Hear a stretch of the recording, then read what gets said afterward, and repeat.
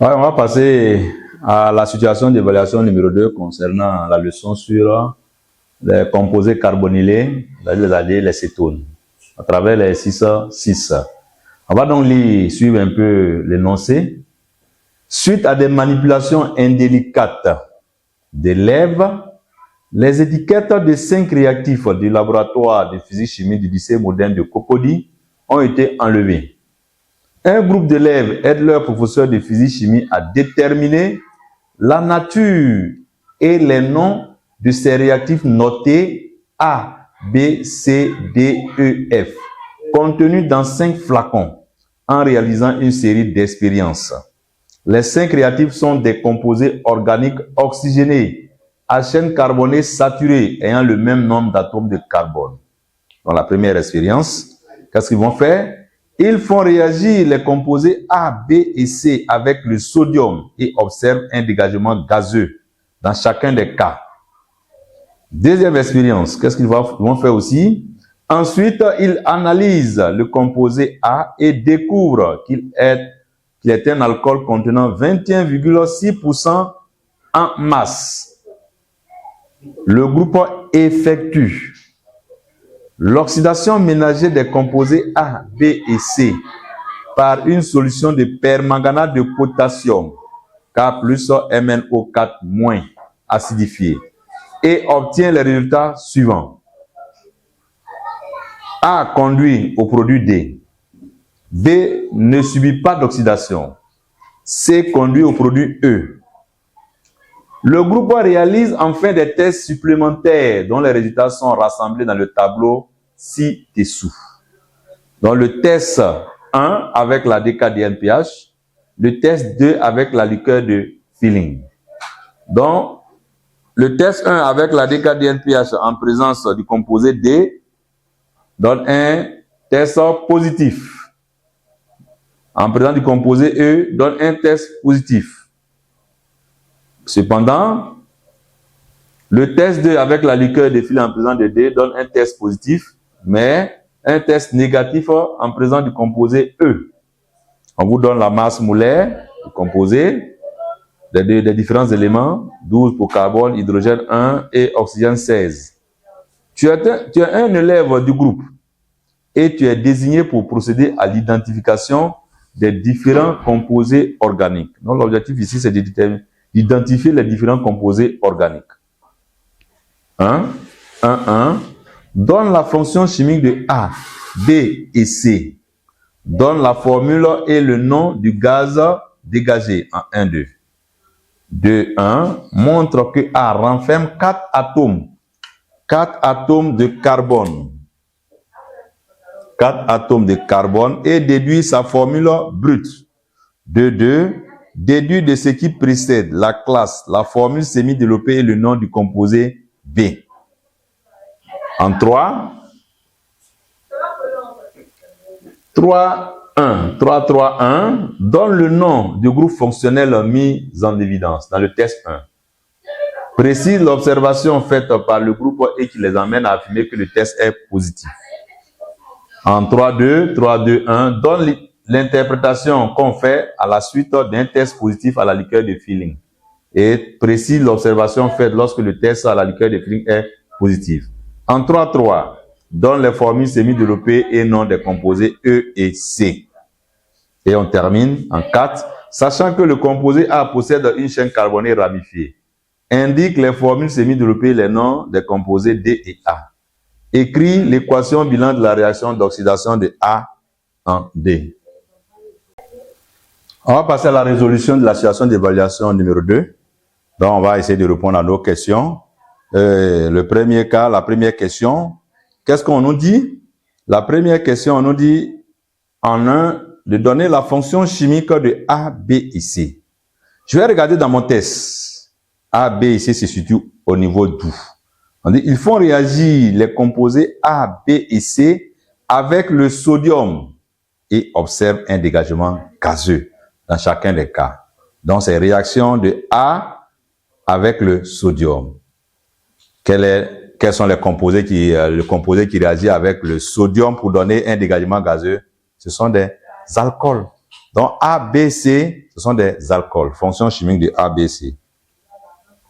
La première question. 1, 1. Fonction chimique de A, B et C.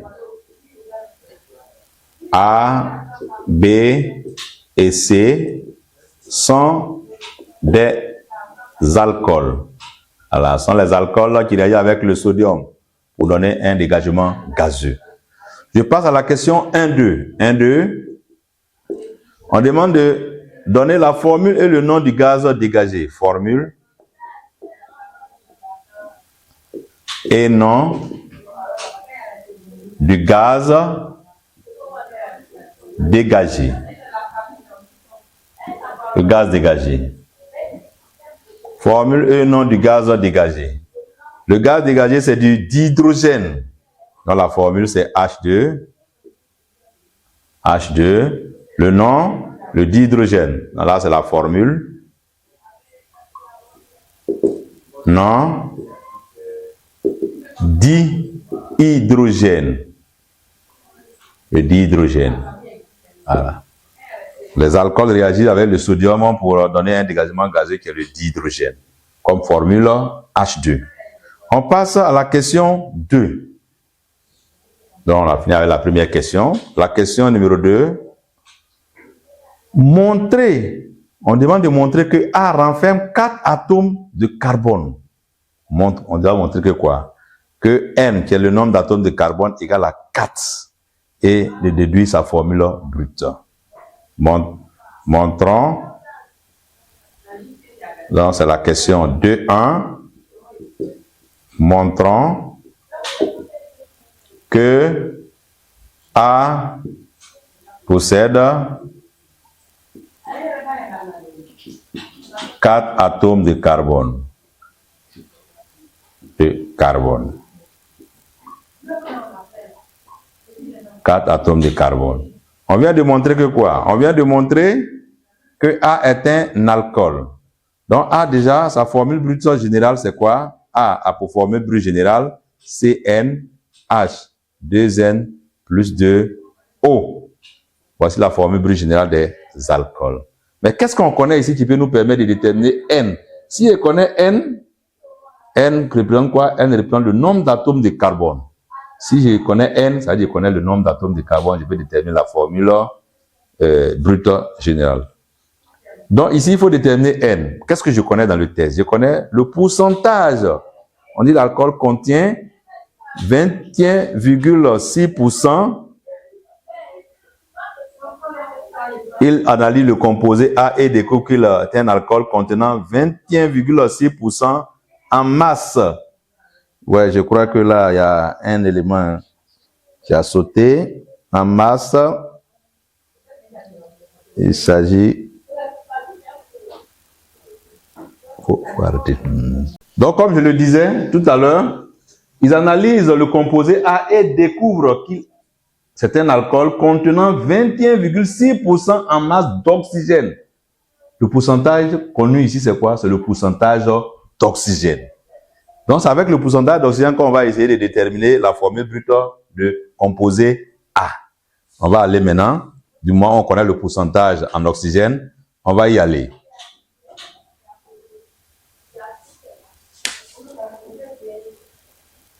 Donc, qu'est-ce qu'on connaît? On va essayer d'écrire, on connaît le pourcentage. Pourcentage oxygène égale à 30, 21,6%. Le pourcentage en oxygène. Donc, je vais écrire quoi? Je vais écrire 12N, la relation 12N sur pourcentage carbone égale 2N sur pourcentage hydrogène, qui est aussi égal à quoi? La masse molaire de l'atome d'oxygène, c'est quoi? C'est 16 ici, 16 sur pourcentage oxygène. Le tout égal à quoi? C'est égal à la masse molaire du composé, masse molaire de A sur 100. Sur 100, voilà ma formule.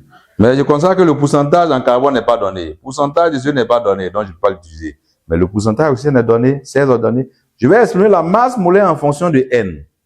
Donc, finalement, j'aurai quoi?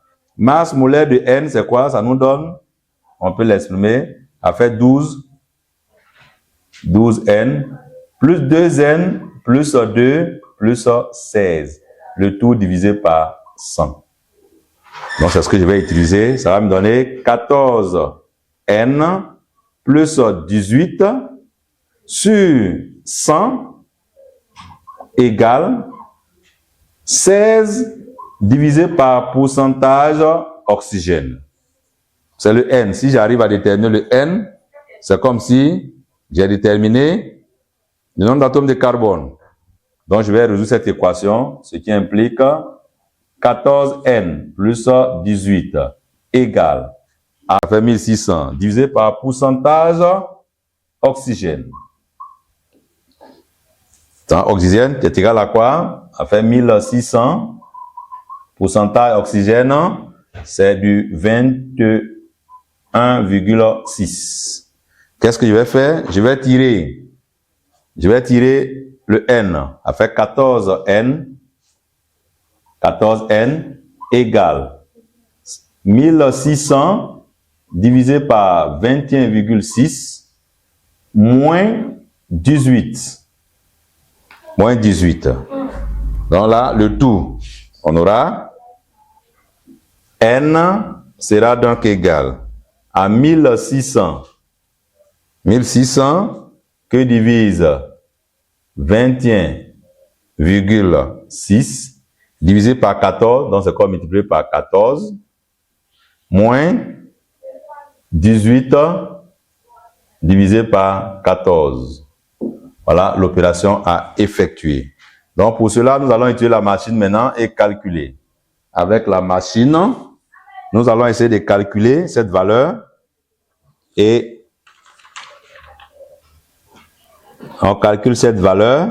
Donc on a dit 74.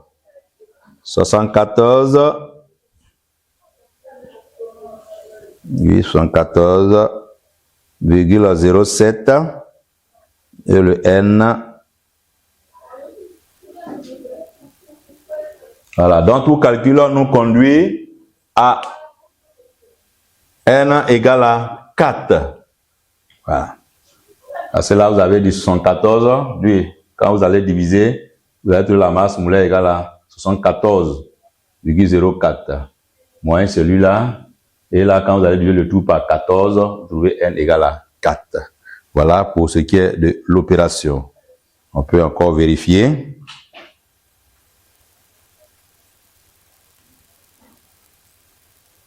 On va vérifier. 2600 que divise entre parenthèses 21,6 multiplié par 14.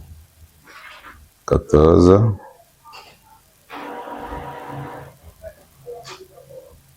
moins 18 divisé par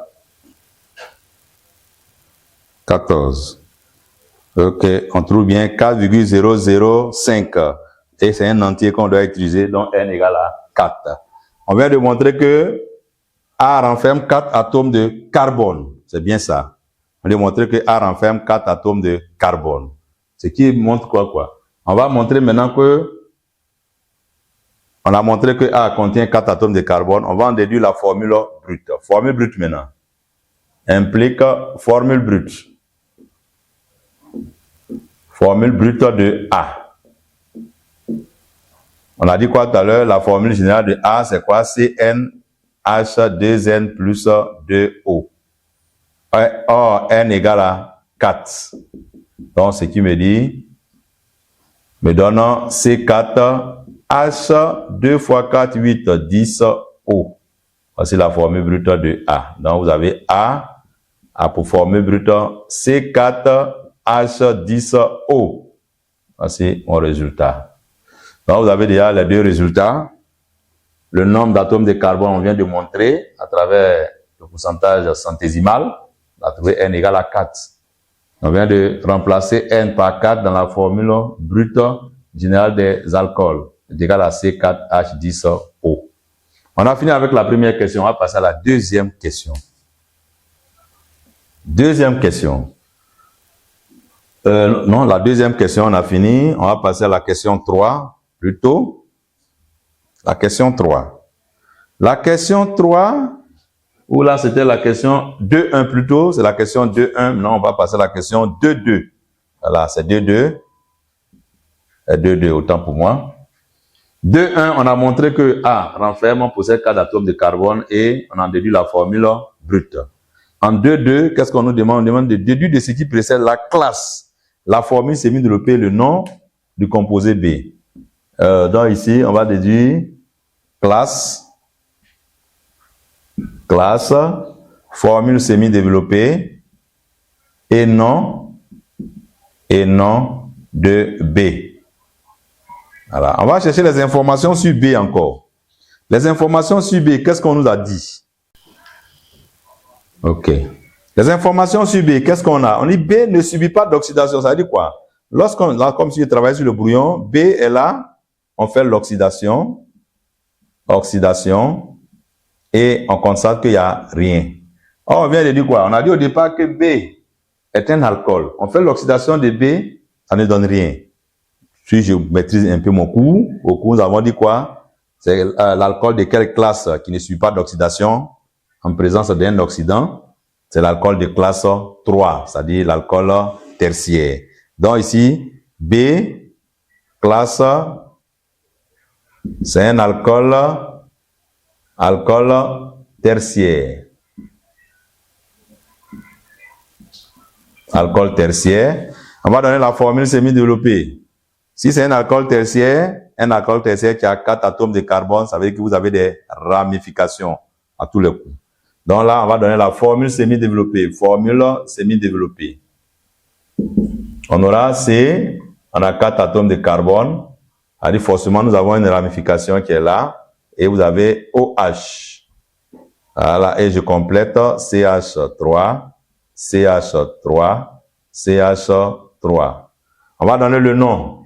Le nom, il s'agit de quoi ici? Et là, je vais numéroter 1, 2, 3. Et on a une ramification en position 2. Voilà une ramification. OH aussi est en position 2. Donc, ça ne peut que être quoi? Le 2-méthyl, propan, propan 2, il est en position 2, 2-ol. Voilà notre composé. Le composé, c'est le propan 2-ol. Le 2-méthylpropan 2-ol. On a fini avec la question la question 2.2. Je passe maintenant à la question, la partie 3, la question 3.1. Voilà. Donc, je reprends un peu ce que nous avons fait jusqu'à présent. On a dit qu'on a fait réagir A, B, C sur le sodium et on a un dégagement gazeux. On sait que quoi? Ce sont les alcools qui réagissent avec le sodium pour donner un dégagement gazeux. Et ce dégagement gazeux, c'est quoi? C'est le dihydrogène. Sa formule, c'est H2. On nous demande ensuite de montrer que A possède 4 atomes de carbone. Qu'est-ce que je connais sur A? On dit A renferme 21,6% en masse d'oxygène. On connaît le pourcentage centésimal en oxygène. Donc, je vais utiliser la relation sur le pourcentage pour pouvoir déterminer N. J'exprime la masse molaire en fonction de N. Et je vais résoudre l'équation tirée N. Une fois que je connais N, pour avoir la formule brute, je remplace dans la formule brute générale des alcools. Et ça me donne C4H10O. Maintenant, le B. Quelle information j'ai sur B? On a dit lorsqu'on fait l'oxydation de B, B étant un alcool, on n'obtient rien. Donc, ça veut dire quoi? B est un alcool de classe 3, c'est-à-dire alcool tertiaire. La formule semi-développée, forcément, il y a une ramification. Et OH se trouve en position 2. J'ai 3. La chaîne linéaire la plus longue, c'est 3. Une ramification et OH en position 2. C'est ça qui nous donne l'alcool tertiaire. Par un alcool tertiaire, on a dit quoi? C'est un alcool où le carbone fonctionnel est lié directement à 3 atomes de carbone. Et le nom ici, c'est quoi? Le 2-méthylpropan 2-ol. Je passe maintenant à la partie 3. La partie 3, qu'est-ce qu'on me dit? Donne le nom du groupe fonctionnel mis en évidence dans le test 1. Donc, je vais chercher les informations concernant le test 1. Donc, on va effacer là, on a fini. Et on va passer au 3.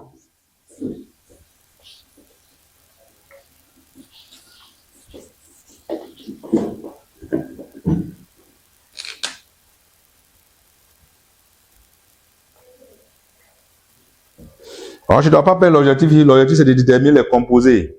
On vient de déterminer le composé B. Tout ça, c'est B. Voilà. Donc, il y a le composé B à déterminer, le composé A à déterminer, le composé C à déterminer, le composé D et E. Voilà. Tout ça sont des produits dont l'étiquette n'existe plus. Et c'est à nous de retrouver. Donc, désormais, je peux mettre le produit B, je peux mettre là-dessus, le flacon où se trouve B, je peux mettre quoi? Le 2-méthylpropane-2-ol. Je vais voir les autres. C'est bon, on continue pour la suite. 3. On a des expériences complémentaires, supplémentaires pour pouvoir déterminer le produit A, les composés A, C, E et D. Le groupe réalise enfin des tests supplémentaires dont les résultats sont rassemblés dans le tableau ci-dessous. Le tableau qui est là, qu'est-ce qu'on nous dit? Le tableau nous dit le test 1 avec la 2,4-DNPH en présence de D est positif. Le test 1 en présence avec la 2,4-DNPH en présence de E est positif aussi. Le test 2 avec la liqueur de Feeling en présence de D est positif. Le composé E donne un test négatif. Donc voilà ce que je dois exploiter pour la suite. Donc pour la suite, la question posée c'est quoi? 3.1. On passe à 3.1. 3.1. 3.1. 3.1.1. 3.1.1 donne le nom du groupe fonctionnel mis en évidence dans le test 1. Test 1, la DKDNPH, c'est positif en présence de D, positif en présence de E. Donc le groupe fonctionnel mis en évidence, c'est quoi? Le nom du groupe fonctionnel. Nom du groupe fonctionnel. Le nom du groupe fonctionnel. Le nom du groupe fonctionnel, c'est le groupe carbonyle. Carbonyle. Le groupe carbonyle. On ne nous a pas demandé la formule. OK. La formule n'est pas donnée. Maintenant, si on nous demandait la formule, on pourrait donner C-O. Voilà, c'est le groupe carbonyle. La formule n'est pas demandée, donc je donne le nom et je continue mon exercice. C'est ce groupement-là qui est mis en évidence dans le test 1. Quand ce groupement est là, qu'est-ce qu'on va observer? Le test sera positif. Maintenant, on nous dit 3, 1, 2. 3, 1, 2. Précise l'observation faite par le groupe et qui l'amène à affirmer que le test 1 est positif. Bon, on dit le test est positif, mais qu'est-ce qu'on a vu pour dire que le test est positif? Voilà. L'observation, c'est que là, on a constaté quoi? On a constaté que il y a présence d'un précipité jaune orangé. Voilà. Apparition d'un précipité jaune orangé. Donc, comme observation, présence d'un précipité jaune orangé. Observation faite. Observation faite. L'observation faite, on observe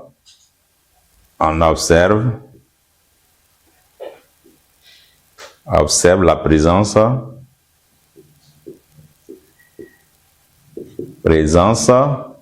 d'un précipité jaune orangé. Ouais, on peut dire jaune tout court aussi. Voilà. Donc quand j'ai la présence d'un précipité jaune orangé, ça veut dire que nous avons la présence du groupe, on dit que le test est positif. Test positif en présence de ce groupe, on va dire quoi? On va dire que nous avons un précipité jaune orangé. C'est ce qu'on voit. C'est ça qui nous a permis de dire que le test est positif. Test est positif parce qu'il y a précipité jaune orangé. Voilà. Sinon, au départ, on n'avait pas de précipité. On avait une coloration orangée ou bien une coloration jaune. Et quand on a mis le composé, on a vu qu'il y a eu changement. Au lieu de coloration jaune au départ, on constate maintenant il y a un précipité, il y a un dépôt au fond du tube. Je continue. 3,2. L'observation, on a déjà déterminé. 3,2. 3,2. 3,2. 3,2,1. Donne l'interprétation qu'on fait à la suite d'un test positif à la liqueur de feeling. Quand vous avez un test interprétation,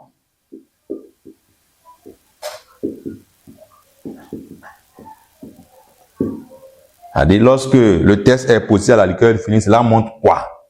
Dans notre cours, on a dit quoi? Lorsque le test est positif en présence de liqueur de feeling, ça dit quoi? Vous avez affaire à la présence d'un aldéhyde. On a la présence d'un aldéhyde. Interprétation. Donc, l'interprétation qu'on fait, ou encore, je vais écrire autrement, le test positif à la liqueur de feeling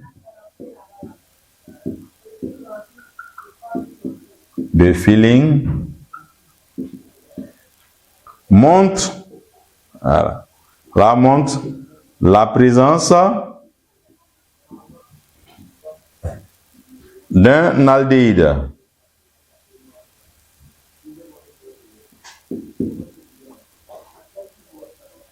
D'un aldéhyde. Aldéhyde. La présence d'un aldéhyde.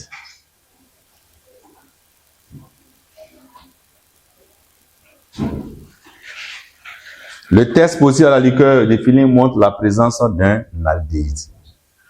Voilà, j'ai toutes ces informations, ça fait des informations, maintenant je vais en déduire après. Je continue. Donc c'était la question 3. Maintenant on passe à la question 3.2.2. Précise l'observation faite lorsque le test à la liqueur de feeling est positif. Observation. Qu'est-ce qu'on observe? 3.2.2. Observation. L'observation faite ici, c'est quoi? Lorsque vous avez le test qui est positif à la liqueur de feeling, on a la présence d'un précipité rouge brique. Observation. On observe. On observe la présence d'un précipité rouge brique. Rouge brique. Lorsque le test est positif à la liqueur de feeling. Présence d'un précipité rouge brique lorsque le test est positif à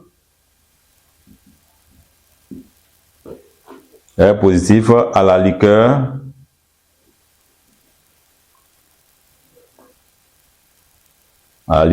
de feeling. Donc, on observe un précipité rouge brique lorsque le test, voilà, bon, je peux aller tout simplement.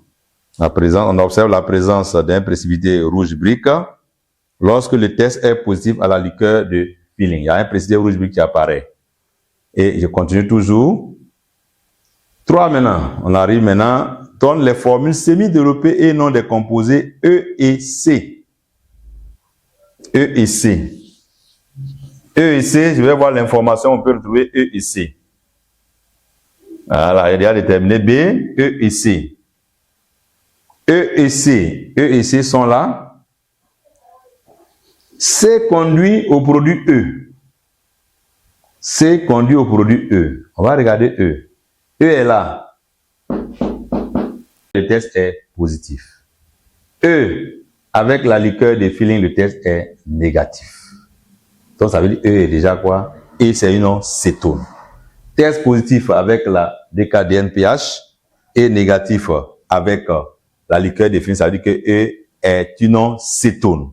Si E est une cétone, ça veut dire quoi? Ça veut dire que quel type d'alcool? Un alcool secondaire. La question 3, c'est la question 3.3. 3.3, formule semi-développée et non de E et C. Voilà. Donc l'information, on a dit quoi? Test positif. Test positif. Test positif avec la liqueur de feeling. Test positif avec la DKDNPH, la DKDNPH et négatif. Négatif avec la liqueur de feeling.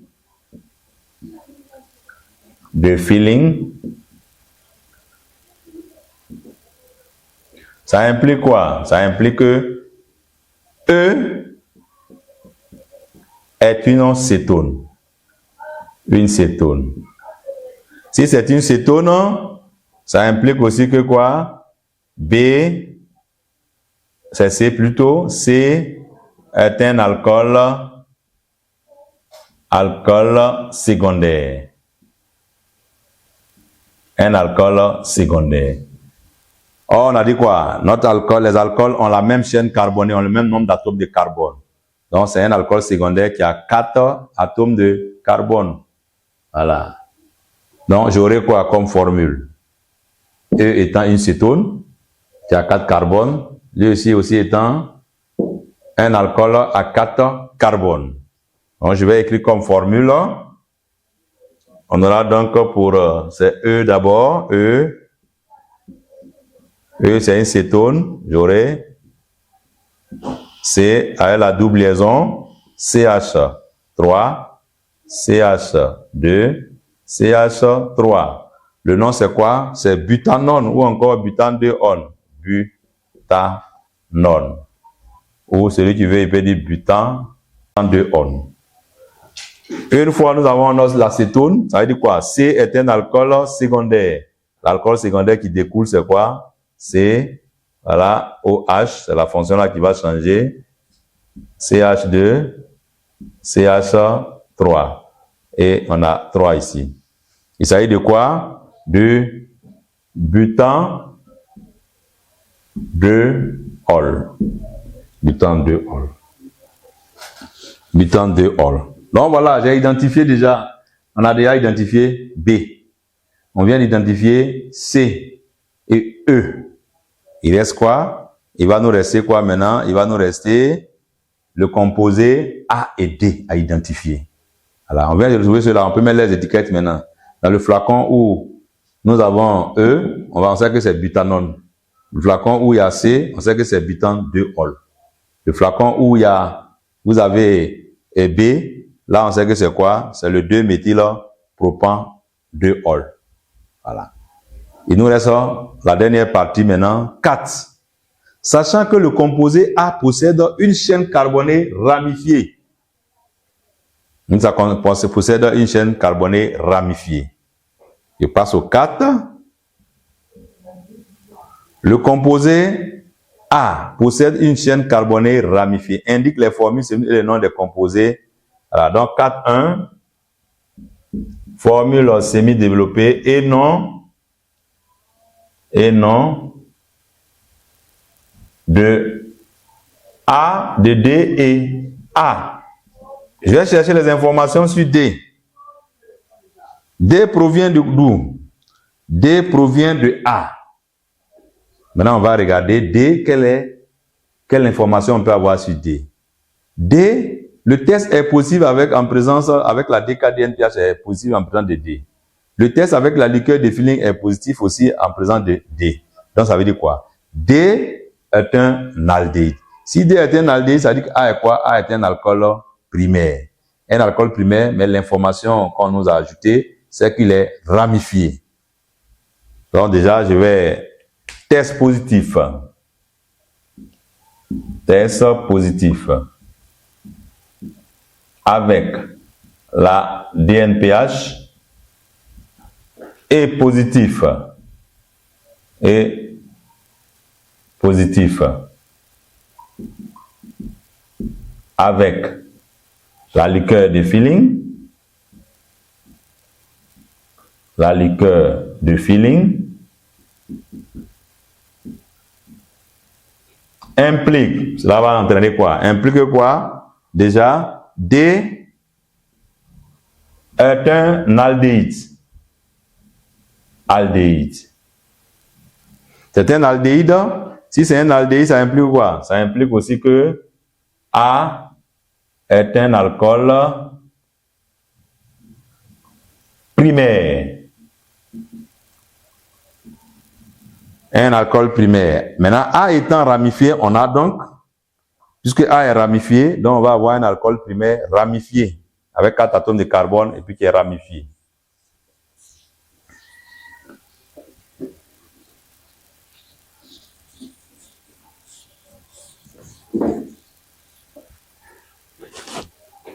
A étant ramifié,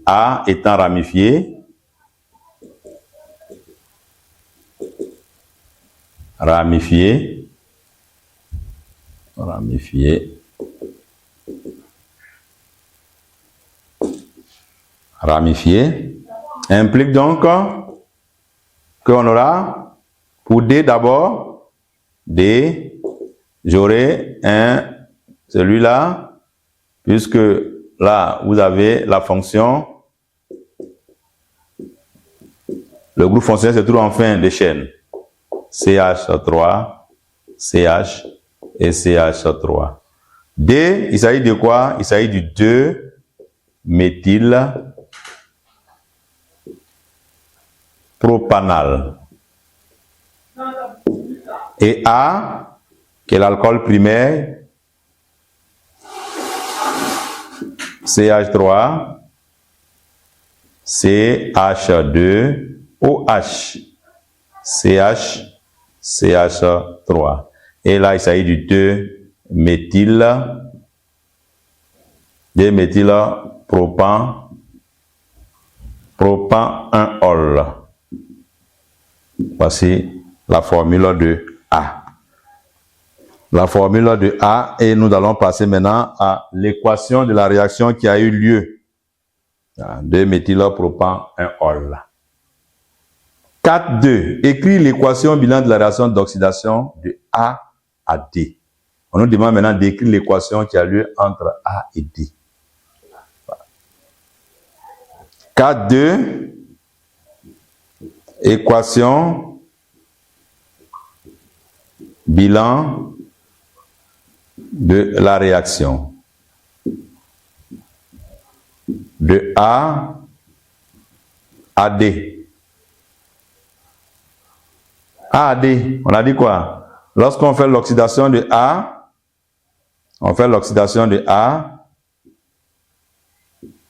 cela conduit à D. On nous demande maintenant d'écrire l'équation bilan de la réaction. Mais l'oxydation a lieu en présence de quoi? A lieu en présence de l'ion permanganate. C'est MnO4-. A, c'est un alcool. Lui, c'est lui-là. Donc, le l'ion permanganate était en défaut. On me demande d'écrire l'équation bilan. On aura affaire à des réactions d'oxydoréduction. Il y aura une oxydation et il y aura une réduction. Voilà. Donc, il faut écrire les demi-équations. D'abord, quels sont les couples qui sont en jeu d'abord? J'ai le couple MnO4- et puis Mn2+. Et j'aurai quoi? Le couple, puisque d'après la règle gamma, Mn va réagir avec A pour donner D. Donc voilà l'équation à écrire. Je vais écrire maintenant l'équation.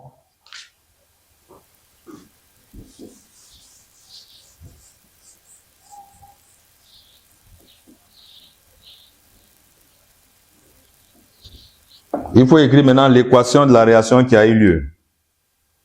On doit écrire les demi-équations. De là à là, nous avons quoi? Une oxydation, une réduction d'abord. Vous avez une réduction. réduction. Et de là à là, vous avez une oxydation. Donc, vous avez réduction, vous avez oxydation. Donc, allons, on va écrire l'équation de réduction en milieu acide. J'aurai Mn. Je vais écrire d'abord Mn O4- va nous donner du Mn2+. Il faut équilibrer cette équation. Je vais équilibrer, je regarde Mn. C'est bon? Je vais regarder oxygène. Ici, nous sommes en milieu acide. En milieu acide, ce qu'il faut savoir, en milieu acide, je note que pour pouvoir équilibrer H, on ajoute plus H+. Pour équilibrer O, on ajoute plus H2O. Voilà les éléments. Voilà, pour les charges, là, on utilise l'électron comme d'habitude. Donc, quand vous êtes en milieu acide, pour équilibrer H, il faut ajouter H+. Pour équilibrer oxygène, il faut ajouter H2O. Donc, je vais regarder, je constate qu'il y a O ici, il n'y a pas O de l'autre côté. Il y a 4 O. Donc, je vais mettre quoi ici? Plus H2O. Et il y en a combien? Il y en a 4. On constate que quoi? L'hydrogène apparaît. L'hydrogène, il y en a 8. Il n'y en a pas de ce côté. Je vais utiliser quoi? Je vais utiliser 8H+. Voilà, j'ai équilibré les atomes. Voilà, 8H+, parce qu'il y a 8 hydrogènes ici. Je ne regarde pas les charges pour le moment. C'est maintenant que je vais regarder les charges. Les charges, nous avons une charge négative, -1, plus 8. Ça va nous faire plus 7. Qui va nous donner de l'autre côté, on a plus 2. Il y a 2 charges positives. Or, c'est l'électron qu'on prend pour équilibrer les charges. Il y a 7 ici, il y a 2 de l'autre côté. L'électron compte -1. Donc, ça veut dire quoi? Je vais ajouter 5 électrons ici pour diminuer celui-là, pour pouvoir équilibrer facilement. Donc, je fais quoi? J'ajoute plus 5 électrons. Voilà l'équation équilibrée. Et c'est l'équation de réduction de l'ion permanganate. Voilà, en l'ion Mn2+. Je vais écrire l'équation. Quelle équation maintenant? L'équation d'oxydation. C'est-à-dire cette fois-ci, l'aldéhyde, on passe maintenant, de l'alcool, on passe maintenant à l'aldéhyde. De l'alcool, on passe à l'aldéhyde. Donc, j'aurai celui-là. De l'alcool, on passe à l'aldéhyde. L'alcool, c'est celui-là, CH3, H, CH2, OH. Et on va passer à l'aldéhyde. L'aldéhyde se présente comme suite, CH3, et on a CHO. Je vais bien effacer ici pour voir bien écrit. On a fini. HO. On va équilibrer maintenant. Voilà. On va équilibrer. Si je veux bien, ici, je peux demander en formule brute pour aller facilement. En formule brute, c'est l'alcool qui a 4 carbones. Donc, ça me fait C4H10O. C'est notre aldéhyde qui a 4 carbones. Ça me fait C4 selon la formule brute 8O. Donc, on constate que quoi? Les carbones, c'est les mêmes. Hydrogène, il y en a 10 ici, il y en a 8 là-bas. Oxygène, c'est la même chose. Donc, qu'est-ce qu'il manque? Il manque hydrogène. Donc, hydrogène, pour pouvoir l'équilibrer, hydrogène, on ajoute quoi? On ajoute H+. Nous sommes toujours en milieu acide. Donc, je vais ajouter H+. H+, je vais ajouter combien? Je vais mettre 2. Ça fait 2, ça fait 10, donc j'ai 10. On va regarder les charges. Les charges, on a 0 charge ici. Et ici, on a 0 charge. Ici, on a plus 2. Je vais faire quoi? Je vais annuler les 2 qui sont là-bas avec quoi? L'électron.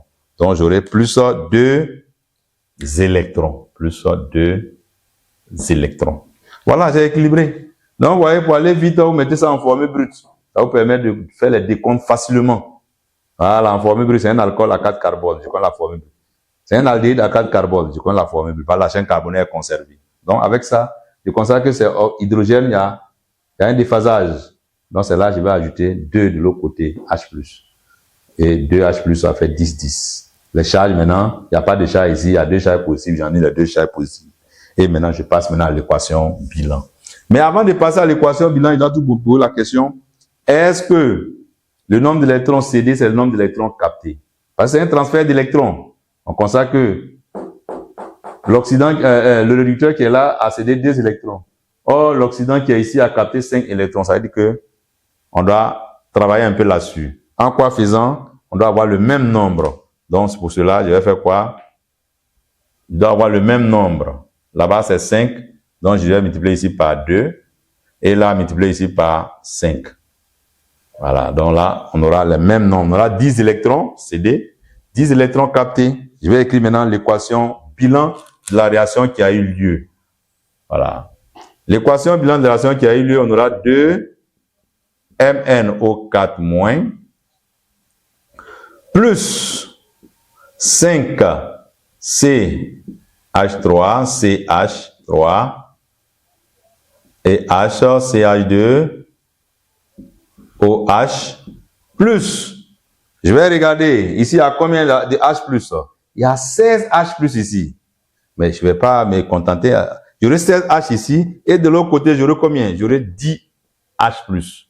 Donc, il y a 16 ici, au niveau des réactifs, il y a 10 au niveau des produits. Donc, le déséquilibre, on aura quoi? La différence, ça sera 6. Il va rester 6. 16 moins 10. Donc, il va rester 6H+. Qui va nous donner? Il va nous donner quoi? Du 2 Mn2+, plus, je ne dois pas oublier chaque fois les coefficients. 5 CH3, CH, celui-là, et puis CHO, l'aldéhyde, plus quoi? Plus 6H, vous avez quoi? On a de l'eau. L'eau qui est là, je dois ajouter l'eau, donc j'aurai 4H2O. 4H2O. Voilà, mais ici, on constate que quoi? On doit multiplier toujours 4 fois 2, ça nous fait combien? Ça nous fait 8. Il ne faut pas oublier toujours le coefficient. Il ne faut pas oublier de multiplier toujours par le coefficient pour équilibrer. Donc, voilà un peu l'équation bilan de la réaction. Mais on n'a pas encore fini. On n'a pas encore fini. L'équation bilan, on n'a pas encore fini. Qu'est-ce qui manque? Là, on a H+, mais nous sommes en solution aqueuse. H+ n'existe pas seul en solution. Ça sera toujours dans l'eau en solution aqueuse. Donc, quand vous êtes en solution aqueuse, c'est comme si on ajoutait quoi? 6H2O. Si ajouter 6H2O, il doit encore ajouter aussi 6H2O. Donc, en solution aqueuse, en solution aqueuse, en milieu, en solution aqueuse, on ajoute quoi? On ajoute l'eau. Donc, finalement, je me retrouve avec 2 MnO4- plus 5 CH3, CH3, CH2, OH, plus. C'est là, il y a le changement. Là, on aura quoi? On aura 6. Voilà. 6H3O+. Là, c'est en présence d'eau. Donc, pour avoir une mole de H++, une mole d'eau, ça nous donne une mole d'ion H3O+. Donc, s'il y a 6H+, il doit avoir 6H2O. Donc, ça nous donne 6H3O+. Qui va donner 2. On aura toujours la même chose, 2 Mn2+, plus 5 CH3, CH3 et CHO. Plus, voilà, j'ai ajouté 6 moles d'ion, 6 moles d'eau. Je dois ajouter 6 aussi là de l'autre côté. Donc 6 plus 14, ça me fait 6 plus 8 plutôt, ça me fait 14 H2O. Donc vous voyez que c'est au niveau d'ici, il y a le changement. Voilà, à la fin. Sinon, c'est la même chose. C'est comme si on a ajouté quoi? On a ajouté plus 6 H2O ici. Et là aussi, si j'ai ajouté 6, je dois ajouter aussi, mais la même chose, plus 6 H2O. Voilà, c'est ce qui se passe. 6 H plus H2O, ça donne 6 H3O plus. 8 H2O plus 6 H2O, ça nous donne 14 H2O. Voilà, c'est la seule différence. Voilà, donc voilà l'équation bilan de la réaction qui a eu lieu. Équation bilan, c'est cette équation-là qui est l'équation finale. Voilà, l'équation bilan de la réaction. L'équation bilan de la réaction. Donc, j'ai écrit l'équation bilan en ion H+ d'abord. Après, en solution aqueuse. Quand on dit en solution aqueuse, c'est en présence de l'eau. Donc, j'ajoute l'eau au niveau de H+, je dois ajouter l'eau aussi au niveau de de l'eau à la fin. Donc, ça me donne cette équation qui est là. Et nous avons le composé A qui est là. C'est le composé A. Et vous avez le composé D. Voilà. Ainsi prend fin notre exercice sur la situation d'évaluation numéro 2. Donc, vous voyez, on a eu des tests. À partir des tests de caractérisation, on a pu identifier les différents composés. Et les oxydations, vous avez la partie oxydation ménagée et les différents tests, ça nous a permis d'identifier les différents composés pour pouvoir replacer les étiquettes sur les flacons. Les flacons dont on ignorait la présence du composé en laboratoire. Alors, dans un laboratoire, il faut que les produits soient ordonnés. On doit savoir c'est quel produit qui est là, quel produit. Là, il faut les étiqueter. Mais ces étiquettes ont été enlevées ici, donc il fallait l'identifier. On a pu identifier, donc à nous maintenant de coller les noms de chaque composé sur son flacon. Je vous remercie. On va passer à la situation d'évaluation numéro 3. Ce sera la fin de notre leçon. Merci.